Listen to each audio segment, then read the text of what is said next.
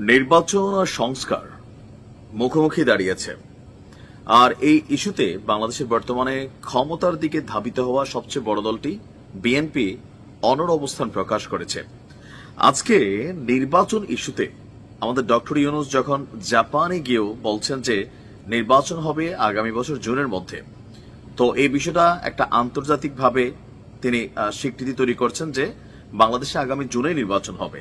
তো এই জিনিসগুলো আসলে বিএনপি কিভাবে নিচ্ছে? আর এই প্রথমবারের মতন অন্তর্বর্তী সরকারকে পাত্তা না দিয়ে এক কি বলা হয় এটাকে, ধরেন আলটিমেটাম বলবো নাকি আসলে কি বলবো, বিএনপির এই মুহূর্তে যারা আলোচনায় আছেন এর মাঝখানে আছেন বিএনপির ভাইস চেয়ারম্যান শামসুজ্জামান দুদু। তিনি বলছেন অন্তর্বর্তী সরকারকে যে আমাদের নেতা বলেছেন, জনাব তারেক রহমান বলেছেন ডিসেম্বরের মধ্যে নির্বাচন হতে হবে, ইটস অ্যান আলটিমেটাম। আপনি যদি ডেট দিতে না পারেন আরেকটু অপেক্ষা করুন, আমরাই ডেট দিয়ে দিব। এরপর তো ভাই এই বক্তব্য নিয়ে মিডিয়া পাড়ায় কমেন্ট পাল্টা কমেন্ট, পোস্ট পাল্টা পোস্ট, মানে অস্থির অবস্থা। আজকে গণতন্ত্র এবং বাক স্বাধীনতায় প্রতিষ্ঠায় জিয়াউর রহমান শীর্ষক খুলনা মহানগর বিএনপির আলোচনা সভায় এই কথা বলছেন তিনি বলছেন আপনাদের যারা কর্মচারী, এখানে পুলিশ প্রশাসন যারা দেশের মানুষের অর্থে চলে, আর সেখানে আপনি যদি নববধূর মতন আচরণ করেন তাহলে আমরা কি করব? আমাদের তো একটা ডেট দরকার না? এখন পাত্রী আমরা দেখতে গেছি, পছন্দ হয়েছে, একটা দিন বলতে হবে না? দিন না বললে তো আমরা কাউকে দাওয়াত দিতে পারবো না। দিন বলবেন না, দাওয়াত দিয়ে কি হবে?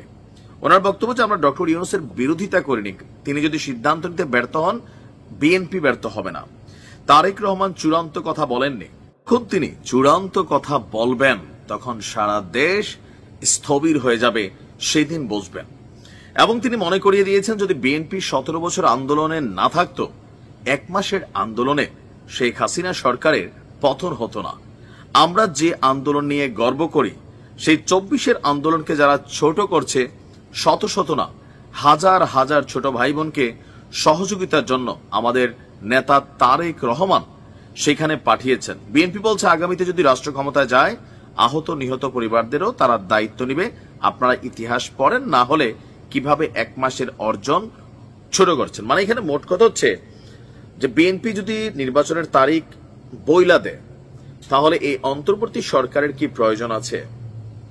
অথবা বিএনপির এই বক্তব্যটা লিগেলি কতটুকু গ্রহণযোগ্য হবে?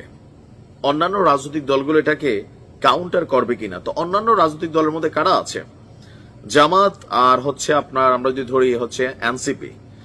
তো জামাত সংস্কারের জন্য আগামী জুন পর্যন্ত সরকারকে কিন্তু সময় দিতে চাচ্ছে।